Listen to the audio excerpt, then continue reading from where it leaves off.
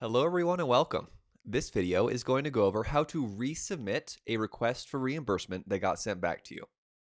I will be going over an example submission that has a few of the common reasons why requests get sent back, and I'll cover how to fix them.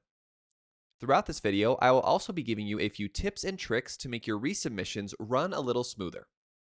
There are tons of reasons why a request for reimbursement could be sent back to you to update. Because of that, I won't be able to show you every single thing that could be wrong. However, I will take you through the process with some common mistakes, and hopefully the process will help guide you with your own specific mistakes. The first thing you've got to remember is to follow the instructions in ParentLink. ParentLink is your best friend and has nearly all of the answers. Please refer to it often. Okay, with that said, here's an example of a submission that needs to be updated. Let's go through it. So you come into your info center and you see that your request for reimbursement status has been changed to updates required. This means that there are some updates that you need to make to the request in order for it to be approved for reimbursement. To edit this request, simply click on the pencil icon here, which will bring up the original form.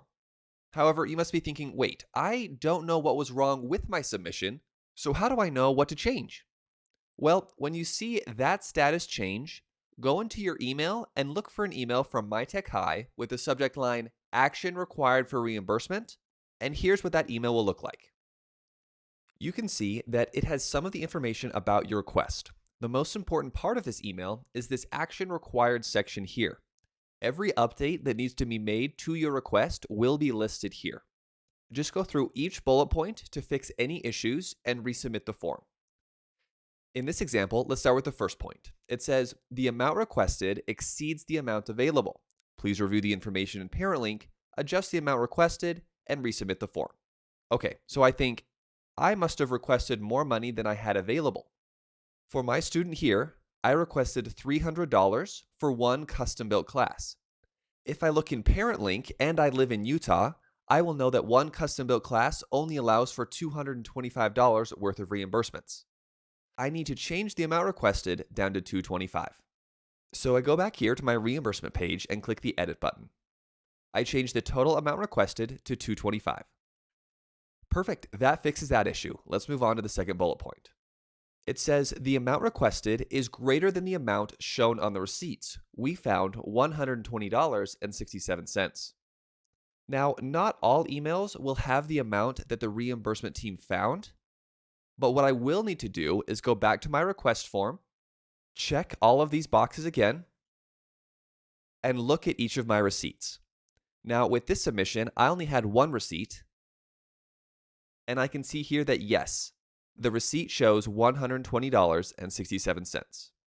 So I go back and change the total amount requested to $120.67. Perfect, that solves that issue. Let's move on to the third bullet point. It says, per the information in ParentLink, all receipts must be provided by the vendor and include the date, description of items purchased, price paid, payment type, and vendor contact information. You can see here that the date was bolded.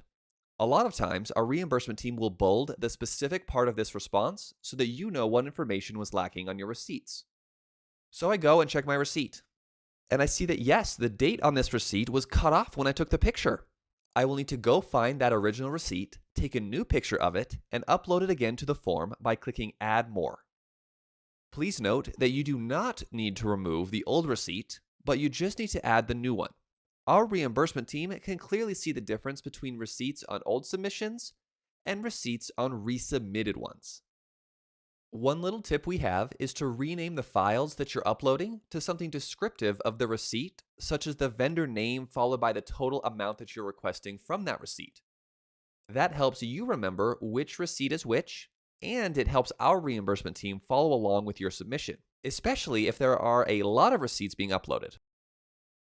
If you feel like you need to clarify something, then put an explanation here in the additional information box. This box is nice, but please put as much information on the actual receipt as you can, such as which items go to which student, the date, the amounts, the item descriptions, etc. All of this needs to go on the receipt. You can also use this box to tell us which receipts to ignore if you just accidentally uploaded the wrong receipt and can't delete it. Now I'm going to cover two more common mistakes that were hard to illustrate in my previous example, but I'll cover nonetheless.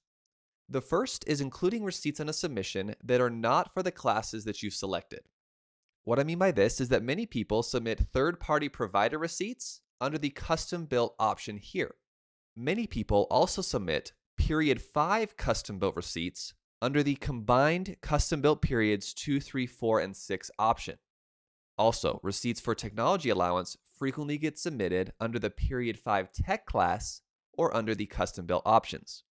So just remember that each option in this drop-down menu here has their own set of specific rules for what can be reimbursed, all of which are found in Parent Link. So if you find that your submissions get sent back, one of the reasons why may be that you just uploaded the wrong class's receipt to the wrong submission. Another common mistake is many people forget to include the payment type for how an item was purchased. This is more common on receipts that come from less common providers. Receipts from Amazon or Walmart or Costco are typically not going to have this issue, but when the receipt comes from another website, you just need to make sure that the payment type is listed. Venmo and Cash are valid payment types, but they still do require valid receipts. If you pay with Venmo, then just be sure to include the Venmo receipt as well as the item receipt from the vendor.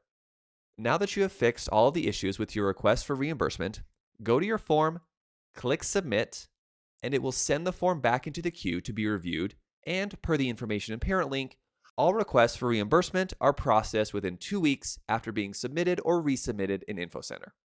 If you have successfully updated everything listed under the Action Required section of that email, then it is very, very likely that your request will be approved.